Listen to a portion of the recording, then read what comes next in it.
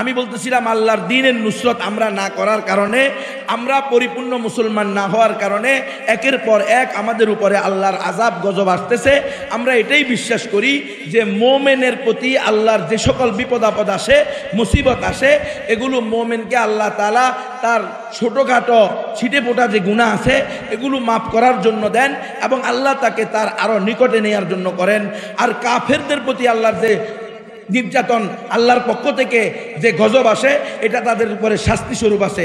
তো আলহামদুলিল্লাহ আপনাদের এই অঞ্চলে বিশাল বন্যা হয়ে গেছে। এখন আমাদের দুইটা কাজ করতে হবে, একটা হলো ধৈর্য ধরতে হবে আর ইস্তেগফার করতে হবে। ধৈর্য এবং ইস্তেগফার, এটা না করে যদি আপনি হাই হুতাশ করেন, হায় রে আমার 10 লাখ টাকার মাছ চলে গেল রে, হায় রে আমার কয়েক বিঘার ফসল নষ্ট হয়ে গেল রে, হায় রে আমি কি হয়ে গেলাম, পরিপূর্ণ নিঃস্ব হয়ে গেলাম। নিঃস্ব হয়ে গেছেন, আপনি নিঃস্ব হয়েছেন। এই নিঃস্ব হওয়া পর্যন্ত 10 লাখ টাকার মালিক আপনাকে কে বানাইছে? আল্লাহ বানাইছে। আবার আল্লাহ এটা নিয়ে গেছে, ইন্নাল্লাহা ইয়াবসুতুর রিজকা লিমান ইয়াশাউ ওয়া ইয়াকদির। আল্লাহ যাকে চান সম্পদ বাড়ায় দেন, যাকে চান তার সম্পদকে সংকুচিত করে দেন। এটা কার হাতে? আল্লাহর হাতে। ইন্নাহু কানা বিইবাদিহি খবীরাম বাসীরা। আল্লাহ জানেন কার জন্য সম্পদ বেশি হলে ভালো, কার জন্য সম্পদ কম হলে ভালো। আল্লাহ জানেন সমাজের ভারসাম্য যদি ঠিক রাখতে হয় তাহলে ধনীও লাগবে, গরিবও লাগবে, দোনো শ্রেণী থাকবে। ধনীরা গরিবের হক আদায় করবে, গরিবরা ধনীর হক আদায় করবে। ধনীরা গরিবের হক তার মালের মধ্যে, ওয়াফি আমওয়ালিকুম হাক্কুল লিসাহিলি ওয়াল মাহরুম, সাইলদের জন্য, মাহরুমদের জন্য, বঞ্চিত ব্যক্তিদের জন্য আল্লাহ পয়সাওয়ালাদের মালের মধ্যে হক রেখে দিয়েছেন। তো এই হক পয়সাওয়ালারা গরিব মিসকিনদের ইজ্জত, আবরু সব কিছু সম্মানের দিকে খেয়াল করে তাদের বাড়িতে পৌঁছিয়ে দিবে। আর গরিবরা বড় লোকদের যে কোনো কাজ করবে সেখানে সে পরিপূর্ণ হক আদায় করে করবে, 2 নম্বরই করবে না। দিনমজুরি করে, ব্যবসায়ী করে, ব্যবসা করে, ব্যবসার ভিতরে তাকে দায়িত্ব দেওয়া হয়েছে, সে ব্যবসা পরিচালনা করবে। তাকে দায়িত্ব দেওয়া হয়েছে তার অফিস পরিচালনা করার জন্য, তাকে দায়িত্ব দেওয়া হয়েছে তার ঘর পরিচালনা করার জন্য, প্রতিষ্ঠান পরিচালনা করার জন্য, সেখানে সে 2 নম্বরই করবে না। তাহলে একে অপরের দায়িত্ব পালন করলে সমাজে ভারসাম্য ঠিক থাকবে। সবাই পয়সাওয়ালা হয়ে গেলেও সমাজ ঠিক থাকবে না, সবাই গরিব হয়ে গেলেও সমাজ ঠিক থাকবে। তাহলে ধনীও লাগবে, গরিবও লাগবে। বিপদ আল্লাহ পাঠাইছেন, এখন বিপদ আসছে, এই বিপদে যদি আমি হাই উতাস করে হার্ড স্টক করি, কোনো ফায়দা আছে? 10 লাখ টাকা চলে গেছে, মাছের ঘের ধ্বংস। 10-5 লাখ টাকা চলে গেছে, ফসলের জমি শেষ। হ্যাঁ, এরপরে বিভিন্নভাবে ক্ষতিগ্রস্ত হয়েছি, মুরগি, হাঁস, গরু, ছাগল সব ধ্বংস হয়েছে। হওয়ার পরে এখন আমি হাই হুতাশ করতে গিয়ে স্টক করে ফেললাম। তো ধ্বংস কি বাড়লো না কমলো? আরে যে আল্লাহ আপনার এই 10 লাখ টাকা আপনার 40 বছর 50 বছরের হায়াতে মালিক বানাইছেন, ওই আল্লাহ চাইলে আরো 20 বছরে, আরো 10 বছরে আপনাকে 50 কোটি টাকারও মালিক বানাইতে পারেন। আপনার তকদিরে থাকলে আসবে, তকদিরে না থাকলে কি হবে না? আসবে না। তাহলে এই বন্যার কারণে কি আমরা আল্লাহর ব্যাপারে, ওয়ালিয়াযু বিল্লাহ, আল্লাহর রহমতের ব্যাপারে নিরাশ হয়ে যাব? না, বরং আমরা মনে করব যে আমরা গুনাহগার, আমরা জালেম, আমরা নিজেরা নিজেদের উপরে জুলুম করেছি। রব্বানা যালামনা আনফুসানা, আছে না এই দোয়া? প্রতিদিন ইমাম সাহেবরা করে, প্রায় প্রতিদিন দোয়া করলেই পড়ে। কিন্তু বুঝতে হবে তো আমরা আমাদের উপর জুলুম করছি কিভাবে? আল্লাহর হুকুম পালন না করে। কথা বুঝেন? আল্লাহর হুকুম পালন করেন নাই। নিজের ঘরের মধ্যে গেরুয়া সন্ত্রাসীকে রুম ভাড়া দিছে, সাবলেট রুম ভাড়া দিছে কার কাছে? গেরুয়া সন্ত্রাসীর কাছে। শোনেন না আপনারা এটা? এই যে এটিএন বাংলা নিউজের ভিতরে একটা খবর আসছিল না, যে ঢাকা শহরের এক মেয়ে সাংবাদিকদের কাছে কি করতেছে, অভিযোগ করতেছে যে এই ছেলে হিন্দু, আমাদের ঘরে সাবলেট ভাড়া থাকতো। সাবলেট মানে কি? একই বাসার মধ্যে 3 রুমের ফ্ল্যাট বা 4 রুমের ফ্ল্যাট বা 2 রুমের ফ্ল্যাট, এর মধ্যে একই পাটায় একাধিক পরিবারের লোক থাকা, 2 পরিবার 3 পরিবার বা একাধিক পরিবারের একাধিক সদস্য সেখানে থাকে। ওই মেয়ে, তার মা, তার বাবা, তার ভাই সহ একসাথে থাকতেছে। সেখানে তারা একটা রুম একটা হিন্দু লম্পটের কাছে কি দিছে? ভাড়া দিছে।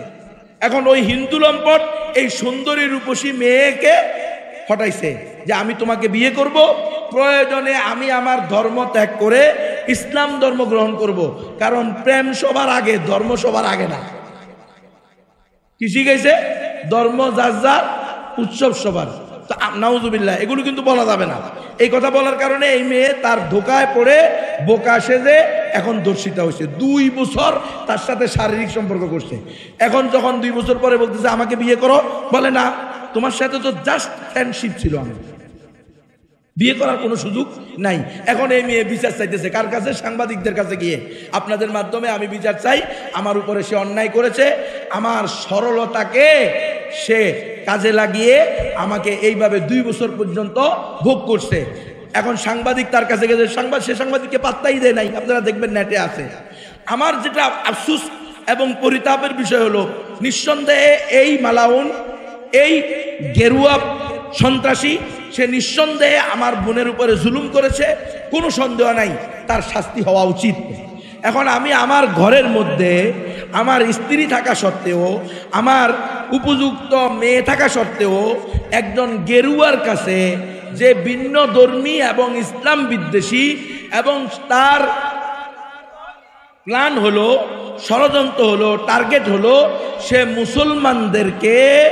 মুসলমান নারীদেরকে প্রেমের লোভে ফেলিয়ে, প্রেমের লোভ দিয়ে, বিভিন্ন ধরনের টোপ দিয়ে, এরপরে তাকে দর্শন করে তাকে বাধ্য করবে হিন্দু হওয়ার জন্য, অথবা তাকে পাচার করে দিবে ভারতের পতিতালয়ে। এই আলোচনাগুলো জানার পরেও আমি যদি আমার ঘরের মধ্যে অমুসলিমকে সাবলেট রুম ভাড়া দিই, এটা কি আমি পরিপূর্ণ মুসলমানের আলামত? আমার পরিপূর্ণ মুসলমান হওয়ার আলামত? কখনো না। বরং আমি যে তাদের, আমি নিজেকেই এখনো চিনি নাই, আমি আমার পরিচয় ভুলে গিয়েছি। আমার নিজের পরিচয় আমি ভুলে যাওয়ার কারণে আজকে সব দিক থেকে আমাদের অধপতন আসতেছে। আজকে আমাদের অর্থনীতি 100% সুদ ভিত্তিক চলতেছে। সুদের বাহিরে আমরা আমাদের অর্থ নিয়ে চিন্তাই করতে পারি না। যেই দেশের সংসদে, পার্লামেন্টে, সেখানে কি হয়? আলোচনা হয় যে সুদ এটা যে আমরা নিব এবং দিব কত পার্সেন্ট, 14% না 12% না 16%। যে দেশের পার্লামেন্টে মন্ত্রী পর্যায়ে আলোচনা উঠায়, ঘুষ সবাই খায়, আপনিও খান, আমিও খাই, তবে একটু কমায় খায়। শুনেন না আপনারা? এমন আলোচনা তো পার্লামেন্টে এটা সিদ্ধান্ত হইতেছে, সর্বোচ্চ রাষ্ট্র পরিচালনার সর্বোচ্চ জায়গা, হ্যাঁ, সুপ্রিম স্থান যেটা, সেখান থেকে সিদ্ধান্ত হইতেছে কত পার্সেন্ট সুদ নিবে। সেখান থেকে সিদ্ধান্ত হইতেছে পতিতালয়ের অনুমোদনের, সেখান থেকে অনুমোদন দেওয়া হচ্ছে মদের লাইসেন্সের। তাহলে এটা কি আল্লাহর দ্বীনের নুসরত করা হচ্ছে, না আল্লাহর দ্বীনের সাথে তামাশা করা হচ্ছে? তাহলে আমরা কিভাবে আল্লাহর রহমত পাবো, আল্লাহর গজব থেকে বাঁচতে পারবো? আজকে আমাদের অর্থনীতি হওয়ার কথা ছিল যাকাত ভিত্তিক। যাকাতের উপরে আমরা আমাদের অর্থনীতিকে পরিচালনা করব। যাদের পয়সা আছে তারা যাকাত দিবে, যাদের পয়সা নাই তারা যাকাত খাবে। যাকাত খাওয়ার যোগ্য হইলে শরিয়া অনুযায়ী, কোরআন সুন্নাহ অনুযায়ী সে যাকাত খাবে। আজকে আমাদের রাজনীতি হওয়ার কথা ছিল খেলাফা ভিত্তিক। সেই রাজনীতি খেলাফা ভিত্তিক না হইয়া সেটা হয়ে গেছে গণতন্ত্র ভিত্তিক। আমাদের খেলাফার আদর্শ হওয়ার কথা ছিল রাসূলুল্লাহ, সাহাবায়ে কেরাম, তাদেরকে রাসূলুল্লাহ সাল্লাল্লাহু আলাইহি সাল্লাম এবং সাহাবায়ে কেরাম রাদিয়াল্লাহু তাআলা আনহুমের আদর্শকে বাদ দিয়ে আমরা আব্রাহাম লিঙ্কনকে আদর্শ বানাইছি। তাহলে আমরা পদে পদে পরিপূর্ণ মুসলমান হওয়ার পরিবর্তে কাটছাট মুসলমান হইতেছি। এটা সম্ভব না, এটা এই জামানায় চলবে না। এখন হেকমতের তাকাজা নাকি শুধু গণতন্ত্র করা। নাউযুবিল্লাহি মিন যালিক। হেকমত শব্দটার উপরেও বিশাল জুলুম চলতেছে। হেকমত শব্দের অর্থ হলো সুন্নত। হেকমত শব্দের অর্থ কি? সুন্নত। রাসূলুল্লাহ সাল্লাল্লাহু আলাইহি সাল্লাম যেখানে যেই তরিকায় যে পদ্ধতিতে কাজ করছেন, দুর্বল অবস্থায়ও উনি কাজ করেছেন, সবল অবস্থায় উনি কাজ করেছেন। উনি ক্ষমতাশীল যখন ছিলেন তখনও তিনি দ্বীনের কাজ, তাওহীদের কাজ করেছেন। যখন তিনি দুর্বল ছিলেন তাকে কেউ মূল্যায়ন করতো না, পাগল বলতো, জাদুকর বলতো, গণক বলতো, তার উপরে ওটের উজুড়ি তুলে দিত, তার গায়ের উপরে ময়লা নিক্ষেপ করত, তার ঘরের ভিতরে ময়লা নিক্ষেপ করত, তাকে তার রাস্তার মধ্যে কাটা বিছিয়ে দিত। ওই সময়েও রাসূলুল্লাহ সাল্লাল্লাহু আলাইহি সাল্লাম দাওয়াতের কাজ করছেন। আবার যখন রাসূলুল্লাহ সাল্লাল্লাহু আলাইহি সাল্লামের হাতে ৯টা তরবারি ছিল, তখনও রাসূলুল্লাহ সাল্লাল্লাহু আলাইহি সাল্লাম দাওয়াতের কাজ করছেন। যখন রাসূল শ্রমিক ছিলেন, রাসূল সাল্লাল্লাহু আলাইহি সাল্লাম দিন মজুর ছিলেন, দিনে কাজ করে অন্যের কাজ করে টাকা উপার্জন করতেন, তখনও রাসূল আল্লাহর হুকুম পালন করছেন। আবার যখন রাসূলুল্লাহ সাল্লাল্লাহু আলাইহি সাল্লাম রাষ্ট্রের প্রধান হয়ে গেছেন, মুসলমানদের দায়িত্ব রাসূলুল্লাহ সাল্লাল্লাহু আলাইহি সাল্লামের হাতে এসেছে, তখনও রাসূলুল্লাহ সাল্লাল্লাহু আলাইহি সাল্লাম তার দ্বীনের কাজ করেছেন। কিন্তু আফসোস, আজকে আমরা বিভিন্নভাবে আমাদের সর্বস্তরে আমরা ইহুদি খ্রিস্টানদের কাছে পরাজিত। অথচ রব্বুল আলামিন বলেছেন, ওয়াল্লাযী আরসালা রাসূলাহু বিল হুদা ওয়া দীনিল হাক্কি লিইয়ুযহিরাহু আলাদ দীনি কুল্লি ওয়ালাউ কারিহাল মুশরিকুন। আল্লাহ তাআলা তার হাবিব মুহাম্মদ আরবির মাধ্যমে হেদায়েত গ্রন্থ, মহান গ্রন্থ আল কোরআন নাজিল করেছেন। কেন? লিইয়ুযহিরাহু আলাদ দীনি কুল্লি, যাতে সকল আদিয়ানে বাতিলার উপরে একমাত্র সঠিক দিন, একমাত্র সঠিক ধর্ম ইসলামকে বিজয় করতে পারে, তাওহীদকে বিজয় করতে পারে। কিন্তু আজকে আমরা পরতে পরতে তাওহীদের তাকাজা, তাওহীদের মাকসাদ, তাওহীদের মানসা থেকে পরতে পরতে বাঁকে বাঁকে, স্থানে স্থানে, ঘাটে ঘাটে পরাজয় বরণ করতেছি। সব জায়গায় আমাদের অধপতন সর্বদিক থেকে। কেন? কারণ আমরা আদর্শ হিসেবে রাসূলকে গ্রহণ করি নাই।